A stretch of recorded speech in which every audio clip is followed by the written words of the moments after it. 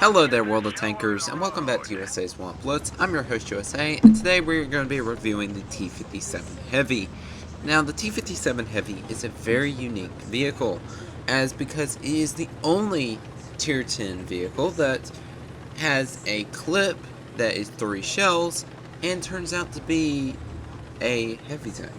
So, and it's not some kind of auto reloader or some kind of different vehicle. It's just very unique. The only tank that is close to this is something like the 50B. So yeah, it's a very unique tank. It plays very uniquely, and I'm gonna show what kind of potential this vehicle has in today's game. Now, as you can see, this tank has an amazing heat pin, coming in at a whopping 373 millimeters of heat pin. It's one of the best in the entire game for heavy tanks. Especially now from the long ago nerf of the Kronwagen, when the Kron had similar penetration all the way back then. The T57 is the only one that is kind of left with that insane penetration. But even with that penetration, it doesn't fix your shell normalization of heat. It's not great, but you still have insane penetration as opposed to your standard rounds, which are only going to be 272 millimeters. So, as you can see with this game, I have been able to just cap this base and just sit here and just kind of just farm the FV. He just doesn't want to push. He didn't fall back, which was a huge mistake, and you can see we finished him off. And now I realize that this game is in a very good spot. Sorry about that. But as you can see, you can really get damage out really quickly when put into the correct position with this vehicle. Now, if you haven't noticed already, this tank has 2 marks of excellence, and you might be like, well, USA, did you get that 3rd mark? I did indeed. This is actually part of the long grind of the past week. If you've been wondering where I've been grinding marks on multiple of my vehicles, which is why I have not been posting videos, and I've been just kind of dead for the past 2 weeks.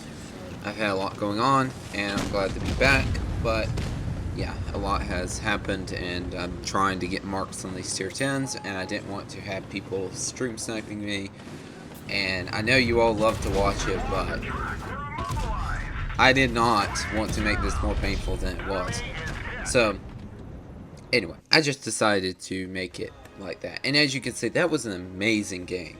An amazing game. I didn't even have time to go over all the stats, but as you can see, at this current time period, I was at 90, almost 92% marks. I did not save the file for the T57 where I actually got the 3 mark, which was an amazing game. I forgot to save the file, and yeah, so it's not on my game anymore, unfortunately. But with that being said, there's still a lot of great games in here. I'll show this other one, and then maybe we'll do a live game. But I just love this tank for what it is. It is such a pig on the battlefield sometimes, but it can really do some work if you get the right shots. And I'm gonna go over these stats. The stats will be up to your left, but I'll read them out to you. So, with the armor on the tank, it has pretty good armor. It's very troll. It has about 200 millimeters on the turret, 220 to be specific, and that is really good for tier 10 turret armor, especially for something that has kind of like tricky armor. As you can see on the front of the vehicle, it's kind of like rounded and like sloped armor. Let's try not to mess up my camera, but yeah, can we just appreciate that ammo rack? That is where the E6 ammo rack is, so if you wondered, it's in the middle of the hole down below the tracks. So there you go.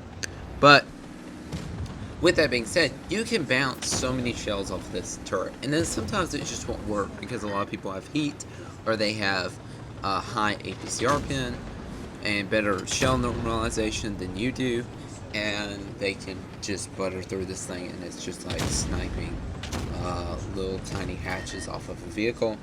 And yeah, that's kind of painful. Now the hull on the vehicle is not very good at 124 millimeters, and the side of the turret is actually really good, surprisingly. The side of the turret is a whopping 120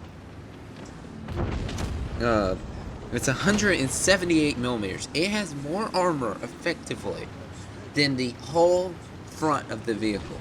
So it's a very interesting vehicle when you realize that. Then the rear, of course, is American tank, so it's very weak, and the sides are very weak, obviously. But you also have almost 2.7k DPM, and as you can see, with the shell, with the consumable that Wargaming has given us, being the shell reload boost, you can get approximately about 2,800, 2,900 DPM, which is absolutely insane for a clipper tank. This is just wild.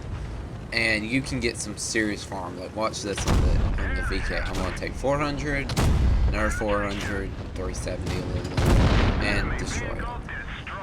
It's very, very potent, and it will get the job done.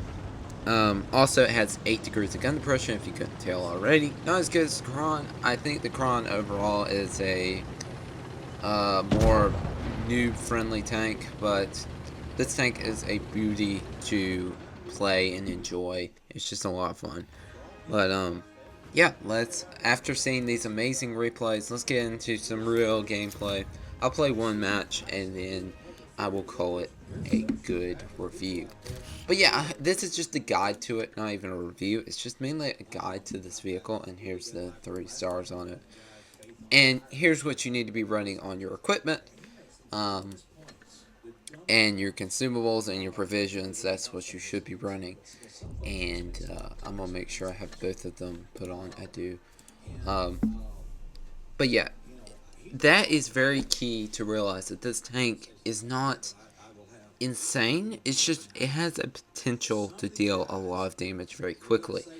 But that doesn't come without some losses. So anyway, you have to be careful with the vehicle. It was actually on this map that I did the insane battle. It was like a almost 6,000 damage game with like 6 kills. It was really insane. I wish I would have saved it, but I didn't. I need to get better file management, but it's okay. It's fine. I mean, it was just me farming. There really wasn't anything insane. It was just me farming. So it's just me doing what I was doing the other games. It's just I got a lot of kills, so it really wasn't anything special. So. But anyway, so we are on Fort Despair, one of my favorite maps, and we're gonna see what we can do. I'm hoping that I can get some shots off on one of these heavies over here. I don't know what our team is going to do. They're kind of over here. They're kind of not. I'm not seeing anybody. The object is pushing down that side, so it'll be interesting to see what he does.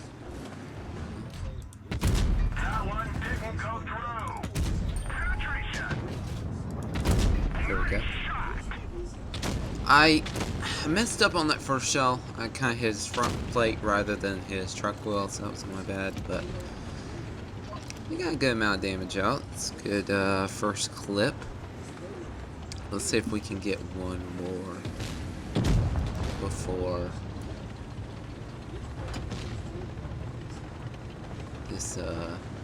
this team collapses, because I can already see it coming. I'm gonna push over to the right side and loop back around to the left to flank them. I'm gonna dump on this hurry. Use my shell reload boost, which, yeah, my key is not working. Whatever, I just won't. That was a bad shell. Should not have shot the wall there, but that is unfortunate. It's alright. We're fine. Yeah, it's kind of lame because that object would have been very low at this point. But you can't fix your mistakes when they're in the past. Alright. Let's put on a shell reload boost and let's absolutely nuke this hurry. I'm I'm gonna load up premium just to make sure that I nuke him. And then we're going to flank the object, come around to his rear. He's probably, I need to get directly to his rear. Push him into it. That way I don't get turned around. My poor teammate.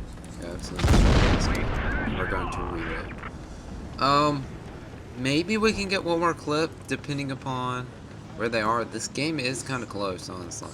We need to get that T100 out of the game.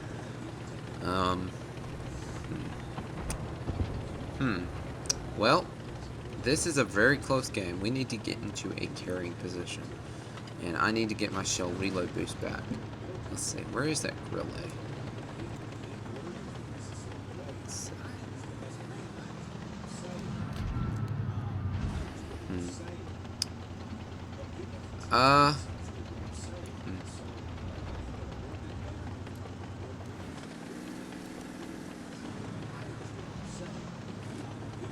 Let's see. I don't know where that relay is. I just know that he's in spawn. And I don't know where the T100 is. My guess is the T100 is going to be more to my left. I'm going to go into their spawn. See if I can find their relay. And go from there.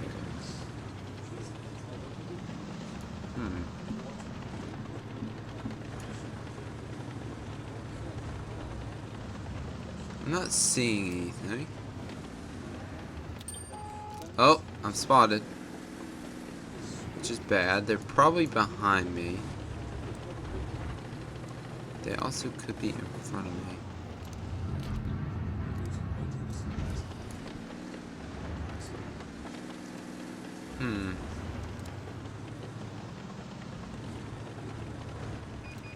Oh, perfect. Okay, we need to push this to 100%. We have to push him. We have to push this. Oh, that's not good. Oh, that's not good. Well, there's nothing I could have done there because the T100 was there.